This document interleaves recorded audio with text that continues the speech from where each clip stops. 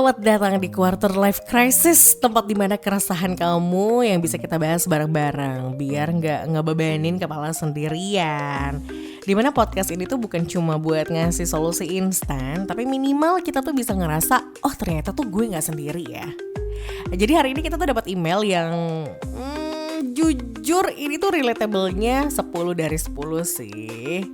Dimana di sini dia ngomong, Kak, gue tuh kerja di salah satu perusahaan yang sekarang keadaannya makin berat. PHK tuh makin banyak, orderan makin dikit, dan perusahaan tuh udah mulai nge-cut banyak hal.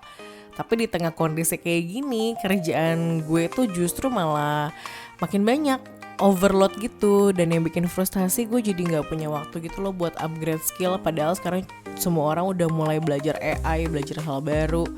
Gue takut perusahaan ini bener-bener kolaps dan gue gak punya apa-apa. Tapi di sisi lain gue juga ngerasa gak punya waktu buat belajar atau ningkatin kapasitas diri. Gue capek, Kak, harus gimana ya? Yang nulis email ini, yang jelas lo tuh hebat banget ya, udah bertahan sampai sejauh ini. Dimana gue pun juga yakin bukan cuma lo yang merasa seperti itu. Karena memang faktanya kita tuh lagi hidup di masa yang absurd banget ya. Kondisi kita tuh lagi gak baik-baik aja, teman Tangerang. Gak cuma di satu perusahaan, tapi mayoritas di beberapa perusahaan lain pun juga sama seperti itu. Kayak perang dagang Amerika sana sini, harga barang naik, rupiah juga melemah, lapangan kerja makin sempit, PHK di mana-mana. Ya, jadi di tengah krisis global ini ya, yang kita rasain tuh kayak dipaksa bertahan gitu loh di treadmill. Tapi bedanya speednya tuh nambah terus, tapi kita gak dikasih waktu buat istirahat, apalagi upgrade sesuatu. Dan kamu tuh benar, kita semua tahu AI udah makin canggih, LinkedIn penuh sama orang-orang yang just complete prompt engineering course gitu lah ya. Baru lulus bootcamp AI 5 minggu lah atau yang lainnya. Tapi ya gimana dong, waktu buat belajar aja tuh gak ada. Bahkan kadang buat mikir aja tuh udah gak sempet, apalagi buat belajar sesuatu yang baru. Pentingnya di sini adalah kita selalu tenang dalam diri kita menghadapi segala bentuk situasi yang tidak terprediksi ini, dengan rasa syukur dan berkah yang luar biasa yang udah dikasih sama Sang Pencipta kepada kita. Itu adalah salah satunya yang bisa kita teguhkan atau bisa kita peluk gitu ya, untuk bisa kita yakin menghadapi hari esok kemudian jauh lebih baik. Tapi coba deh, mungkin selain itu lo bisa tarik nafas dulu. Gue ngerti kenapa lo pengen banget berkembang, takut ketinggalan, tapi lo gak akan bisa belajar apapun kalau memang kita tuh dalam kondisi yang burn out. Jadi yang pertama harus kita lakukan adalah selamatkan dulu energi lo, karena belajar itu butuh energi, butuh fokus, bukan cuma waktu. Dan ini tuh bukan cuma saran sotoy dari podcast ya, di bukunya Deep Work karangan Cal Newport yang bilang, you have a finite amount of willpower that becomes depleted as you use it.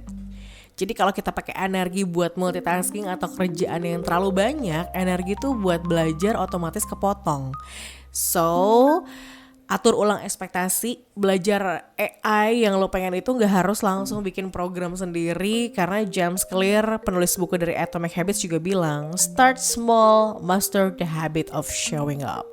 Yang penting lo muncul dulu tuh, coba pelan-pelan, satu video YouTube per hari misalnya, itu udah progres banget. Atau satu konten per hari, itu juga progres ya.